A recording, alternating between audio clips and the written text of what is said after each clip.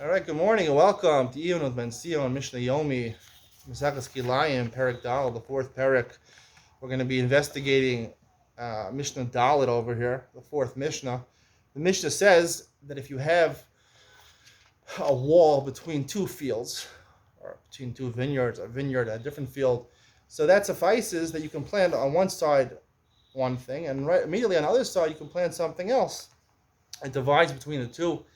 Um, Now the Mishnah discusses what if you have an incomplete wall, meaning there's openings in the wall. So the Mishnah says, "V'geder shenifrash," the middle of Mishnah, "ad eser amos hareyu kapesach." Let's say you have a complete wall, right? The Mishnah Gimel said it was 10 tefachim high, the wall, metal wall, fence, chain fence, whatever you have,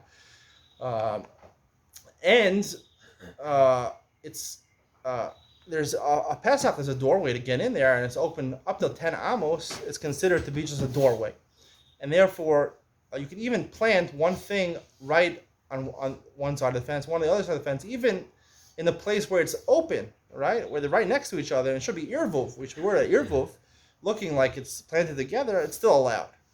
But if the doorway is wider than 10 amos, then you can only plant on two sides of the actual fence, not opposite the opening. And the same thing applies, the Mishnah says, if you don't have an opening more than 10 amos wide, but you have a lot of holes in the fence, if there's more holes than space of the actual fence where the fence is, so therefore you can only plant opposite the fence and not the open space. Now, the Mefarshim bring from the first parak in Erev in Mishnah Ches, where this halacha is referenced in regards to an Erev, in order to make a Rosh Hashanah on Shabbos. We didn't get the Erev in, that's in Seder Moed, won't get there for a while, but they reference this idea by an Eruv. Again, the same halacha applies. That it's called, if you have a wall, a Pesach, you have a Rosh Hashanah, you have 4 walls, or 3 walls, according to some opinions, make a Rosh Hashanah on Shabbos, that you can carry inside. And if you throw Rosh Hashanah, you'd be chayiv on Shabbos. If you have a doorway that's up until 10 amos, that's considered a doorway. And it's still considered Shayach. And once you have the opening, the Pesach, more than 10 amos, it ruins Shayach. It's not called Shayach anymore, unless you have a source of Pesach. But it's not called Shayach anymore. So the Mishnah says over there, and then it becomes also, you lose the whole status over here. But here in our Mishnah, even if you have a wider than 10 amos, you can still plant on one side of the mechitza and plant on the other side of the mechitza, do different things, as long as it's connected the actual mechitza, even though you have a hole which is wider than 10 amos. And the same thing with Prutza, Merubal, or Omed. It's more parts Merubal, Omed. You can actually plant on two sides of an actual fence, even though you can't plant connected the Pirza. Why is that? Why by Erevin or Machmir, by Shabbos or Machmir, by Kilayim or more Makel over here? What's the difference? So I want to say a big Hakir Lumdus over here in the Isser of Kilayim. There's 2 psukim again I mentioned. It's a pasuk in Parshas Kedoshim and a pasuk in Parshas Kiseitze. Pasuk in Parshas Kedoshim says Sadcha lo Sizra Kilayim. It uses the word Sadcha first, the noun first. Lo Sizra, you can't plant the Kilayim. And the pasuk in Parachav Beis, pasuk Ket in Sefer Dvar, Parshas Kiseitze says Lo Sizra Karmecha Kilayim. It's going on the person. On the verb, you shouldn't plant Kilayim, your field Kilayim. So I wanted to say that there's 2 different isurim by Kilayim. There's an isur of Kilayim in your sada. That your sada, the isur, normally say in Shiva is called an isur on Gavra and isur on Chefsa. There's an isur on me to do something, and there's an isur on the Chayfetz. Like I think a neder, I'm not going to benefit from the object, from, I don't know, the shtender or something like that, or from this cup of coffee. I'm not going to benefit from it if I say that, right? So the isur, is it chal on the Chefsa or the chal on the Gavra? There's differences of it.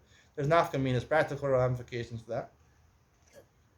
Anyway, I'd like to suggest over here that there's 2 isurim by Kilayim, and that's why Sadcha in Parsh Kadosh, Sadcha lo Sizra Kilayim. It's going on the Sadeh. I would like to say it's a little different. There's no really such thing as Isra Chefs. A lot of there's no such thing as an Isra Chefs. There's only Isra Gabra. But there is an Isra on your Nechasim, on your estate. There could be an Isra on your estate, not the Chefsa, but on your estate, and it could be on there if the Chafatzim belong to a certain estate, right? That's karkos, that's real estate. It has a significance of its own. Sadcha lo Sizra Kilayim is pasuk in Parshas Kedoshim. Therefore, Rabbi Kilayim even says, "I'm a kaim Kilayim b'sada you're chayav." If you just allow it, we possibly this, I think, if you allow Kilayim to grow, even though it grows by itself, and you keep it there, you actually get malchus according to Rabbi Kiva, because he brings this pasuk. Sadcha Kilayim low or something like that. Because the first word, the Iker Isser, is on the Sada. It's on the field. So there's an Isser of Sada, of your field being of Kilayim. And there's an Isser in Parshas Dvarim of you planting Kilayim. And like the Gemara says in Brachos, what's the example of that? When you plant Chita v'Sa'ora, v'Charta Mapolas Yad, you throw into the same little hole at the same time, according to some opinions, 3 seeds, 2 Zraim, and 1 Yarek, or 1 fruit. You throw at the same time. So there's 2 Isurim over here. So that's what we're saying over here. That if it has the mechitza doesn't have a hole of more than 10 amos, so therefore, or it's omen merubal aparutz, there's more wall than not wall, so therefore it makes it like a Shabbos. It makes it a yachid. It divides it. There's no isra on the sada anymore. It's 2 sados. It's 2 sados, and 2 sados, right? Once already 2 sados. So even if you plant connected the pirza where it's open over there, it's distinguishable as 2 sados. It's called a yachid for Shabbos. Certainly, my Kilayim is close, and there's no Isser on the Sada. And the lesser Isser, there's no going to be Isser on the Gavra also. There's no Isser on the state, there's no Isser on the Gavra. Even though technically people could construe as an Irvov, connecting the Pirza, looks like you're mixing 2 species, but it doesn't. There's no Marasayan over there. Marasayan is not going to apply when there's a public Isser, which applies to the Sada, and a private Isser on you planting it. So if there's no public Isser, there's not going to be any reason to have a private Isser. But if there is a private, if there is no sada over there, it's not distinguishable as 2 sados, right? You have a pirza there, parts of maruba al omid, you have more parts than omid, or you have a pesach, which is more than 10 amos.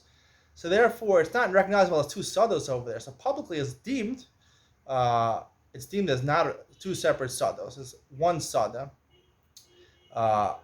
and therefore we would be considered about looking. It would be a private isser of Irvov, looking like technically it is 2 sados because you can plant behind, if they're where the mechitza actually is, you can plant on one side the other. So technically it is really 2 sados, but it's not enough because it looks like 1 sada. So therefore, the private isser, the isser on the gavra, comes into play, and therefore it's a marasayin afilu b'chedr chedarim nami aser. And therefore, it's a private isser, and therefore it has the problem of irvav, so you can't plant on 2 sides where there's a pirza, where there's an opening, because it looks like they're mixed together. I hope you enjoyed. It went a little long today, but it was a good share. Bye.